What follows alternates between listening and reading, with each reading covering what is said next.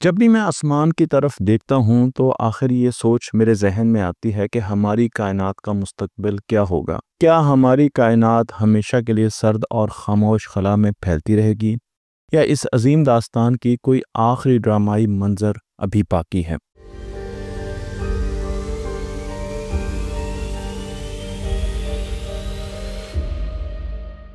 حالیہ ایک انقلابی تحقیق میں ہمارے سامنے جو نظریات پہلے سے موجود تھے انہیں چیلنج کیا گیا ہے، اور ایک حیران کن حد تک واضح اور غور طلب پیشگوئی کی گئی ہے کہ کائنات کی آخرت ایک بہت بڑے کرنچ کے طور پر ہوگی، یعنی کائنات مکمل طور پر انہدام ہو جائے گی۔ ہماری موجودہ سائنسی سمجھ بوجھ بگ بینگ سے شروع ہوتی ہے۔ بگ بینگ تھیوری جو کائنات کی ابتدا اور ارتقاء کی وضاحت کرتی ہے، اس نظریے کی اصطلاح انگریزی ماہر فلکیات فریڈ بوائل نے 1948 میں قدر طنزیہ انداز میں رکھا۔ ان کا یہ طنز مشہور ہو گیا اور اب ہم اسے بگ بینگ کے نام سے جانتے ہیں۔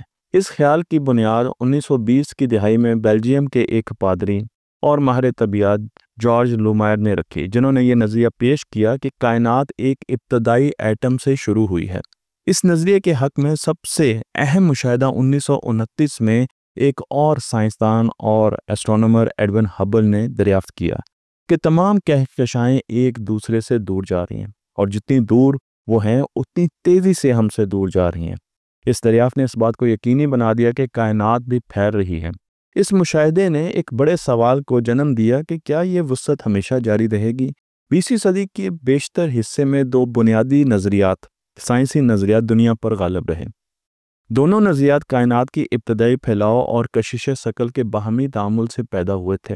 پہلے نظریے کو بگ فریز یعنی حرارتی موت بھی کہا جاتا ہے۔ یہ نظریہ تھرموڈائنمکس کے اصولوں پر مبنی ہے، جس کے مطابق اگر کائنات ہمیشہ کے لیے پھیلتی رہتی ہے تو ایک دن تمام قابل استعمال توانائی انرجی ختم ہو جائے گی، ستارے اپنی توانائی ختم کر کے بجھ جائیں گے، بلیک ہولز آہستہ آہستہ ہاکنگ ریڈیشن کے ذریعے تحلیل ہو جائیں گے، اور کائنات ایک سرد تاریک اور مردہ خلا میں تبدیل ہو جائے گی، جہاں نہ کوئی عمل ممکن ہوگا اور نہ ہی کوئی روشنی باقی رہے گی۔ اس کے برعکس دوسرا نظریہ بگ کرنچ کہلاتا ہے۔ یہ نظریہ کہتا ہے کائنات میں مادے کی مقدار کافی زیادہ ہوئی تو کشش ثقل غالب آ جائے گی، اور جب کشش ثقل غالب آ جائے گی تو کائنات آہستہ آہستہ سکڑنا شروع ہو جائے گی، یہاں تک کہ تمام مادہ اور توانائی ایک بے حد چھوٹے سے کثیف نقطے میں سمٹ جائیں گے۔ بالکل ایک الٹا بگ بینگ ہونے جا رہا ہے۔ جس طریقے سے بگ بینگ میں کائنات بڑھی، اسی طریقے سے اگر ایک فلم کو دوبارہ ریورس میں چلایا جائے تو کائنات ایک چھوٹے سے نقطے میں سمٹنے جا رہی ہے۔ یہ نظریہ سائیکلک یونیورس یعنی چکردار کائنات کی بنیاد بھی بنا، جس کے مطابق ہر بگ کرنچ کے بعد ایک نیا بگ بینگ ہوتا ہے۔ یہ خیال پہلی مرتبہ 1920 کی دہائی میں ایک سائنسدان الیگزینڈر فریڈمین نے متعارف کرایا۔ تاہم 20ویں صدی کے آخر میں ایک حیرت انگیز دریافت ہوئی۔ 1998 میں 3 مختلف سائنسدانوں نے، جس میں ساؤل برائن شمٹ اور ایڈم ریس قابل ذکر ہیں، انہوں نے ہمیں بتایا کہ دور دراز کے سپر نووا پھٹتے ہوئے ستاروں کے مشاہدے سے ہمیں یہ پتہ چلا ہے کہ کائنات کا پھیلاؤ کم نہیں بلکہ تیزی سے بڑھ رہا ہے، اور آخر ایسا کیوں ہو رہا ہے اس کے متعلق انہوں نے سوچنا شروع کر دیا۔ تقریباً 30 سال تک سائنسدانوں نے ڈارک انرجی کو کاسمولوجیکل کانسیپٹ کے طور پر سمجھا، یعنی ایک ایسی مستقل قوت جو خلا کے اندر پیوست ہے۔ اگر ڈارک انرجی واقعی ایک مستقل قوت ہے تو یہ کائنات کو آہستہ آہستہ پھیلا رہی ہے، مجبور کر رہی ہے کہ اس کا اختتام بگ فریز کی طرف چلا جائے۔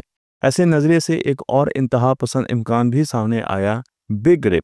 اگر ڈارک انرجی وقت کے ساتھ ساتھ بڑھتی جاتی ہے، جیسا کہ فینٹم انرجی میں ہوتا ہے، تو ایک دن یہ اتنی طاقتور ہو جائے گی کہ کہکشاؤں، ستاروں، سیاروں، یہاں تک کہ ایٹمز اسپیس ٹائم کو بھی چار کر کے رکھ دیں گے۔ میں آپ کو یہاں پر تصویر میں بھی یہ تینوں مختلف قسم کے کائنات کے مستقبل دکھا رہا ہوں، جہاں پر بگ کرنچ بھی آپ کو نظر آ رہا ہے اور باقی 2 مستقبل بھی آپ کو نظر آ رہے ہیں۔ لیکن سائنس میں کبھی بھی کسی بات کو آخری مہر نہیں لگتی، نئی تحقیق سامنے آتی رہتی ہے اور ہمارے ماڈلز اپ ڈیٹ ہوتے رہتے ہیں، پرانے نظریات کو چیلنج کیا جاتا رہا ہے۔ ایک حالیہ انقلابی تحقیق نے اب یہ تجویز کیا ہے کہ ڈارک انرجی مستقل نہیں بلکہ متحرک ہو سکتی ہے، اس سے پہلے ہم یہی سمجھتے تھے کہ ڈارک انرجی کی ویلیو ہر جگہ پر کائنات میں ایک جیسی ہے، جبکہ اس ریسرچ نے ہمیں یہ بتایا کہ ڈارک انرجی کائنات میں متحرک ہے، ڈائنامک ہے، اس کی ویلیوز چینج ہوتی رہتی ہیں۔ اس کے نتیجے میں کائنات کا انجام کہیں زیادہ ڈرامائی اور واضح ہو سکتا ہے۔ کارنل یونیورسٹی اور اس کے ساتھ شنگھائی جیاؤ ٹونگ یونیورسٹی کے سائنسدانوں نے اس پر بہت زیادہ ریسرچ کی۔ میں یہاں پر آپ کو کچھ سائنسدانوں کی تصاویر بھی دکھا رہا ہوں، جس میں اسٹائن ہارٹ جو کہ پرنسٹن یونیورسٹی کے سائنسدان ہیں، انہوں نے بگ بینگ اور اس کی سائیکلر نیچر کو بہت زیادہ واضح کیا تھا۔ لیکن ان کے ساتھ ڈاکٹر زی زیان اور اس کے ساتھ کچھ اور چائنیز سائنسدانوں نے بھی اس ریسرچ میں حصہ لیا ہے۔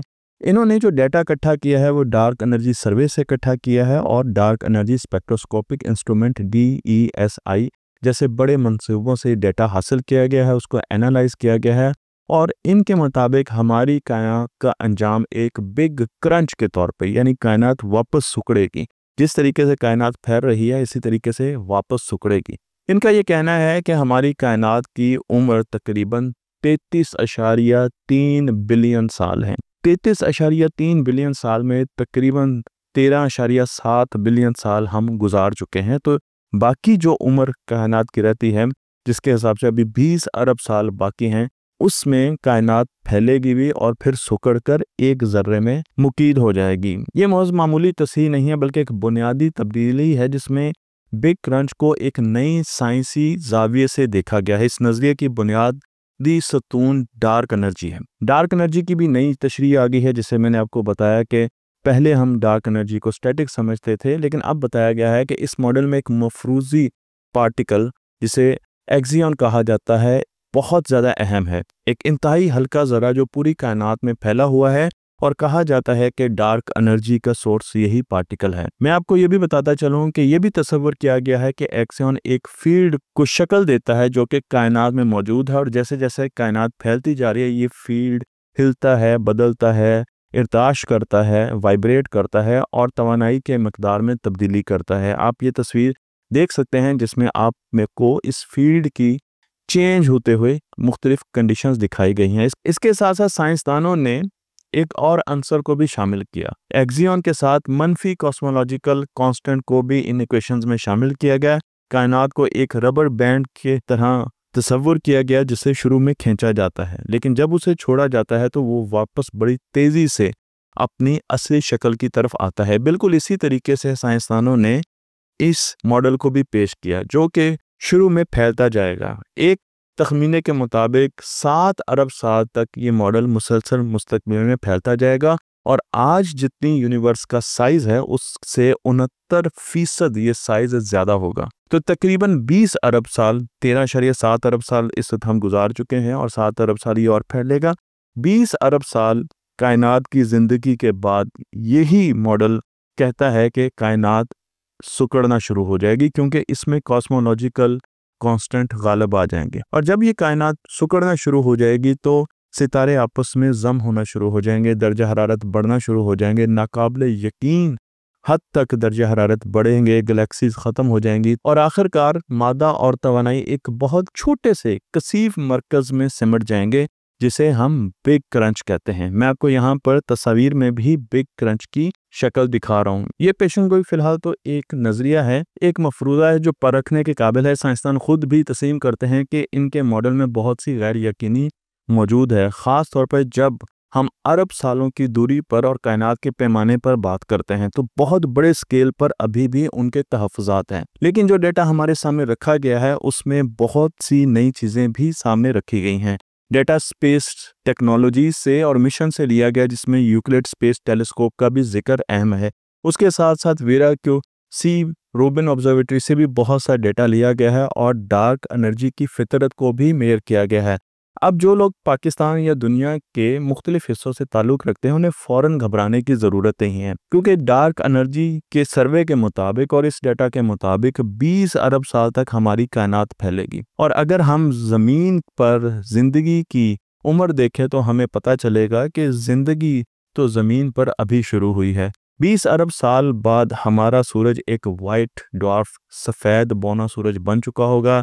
ہماری گلیکسی، ساتھ والی گلیکسی اینڈرومیڈا میں کولائڈ کر چکی ہوگی اور زمین ہو سکتا ہے مکمل طور پر مختلف ہو۔ پھر بھی یہ تحقیق ہماری کائنات کو سمجھنے کی انسانی جستجو کی ایک عظیم مثال ہے۔ یہ پہلی مرتبہ ہے کہ کائنات کے اختتام پر سائنسدانوں نے ایک واضح اور قابل پرکھ پیشگوئی کی ہے، اور یہی جستجو، یہی تلاش ہماری فطرت کا حصہ ہے جو ہمیشہ آسمان کی طرف دیکھتے رہتے ہوئے ہمارے ذہنوں میں رہتا ہے کہ ہماری کائنات کی آخرت کیا ہوگی۔ مجھے امید ہے یہ ویڈیو آپ کو پسند آئی ہوگی۔ تختی آن لائن کو لائک کیجیے، شیئر کیجیے اور اس علم کو دوسروں تک پہنچاتے رہیے۔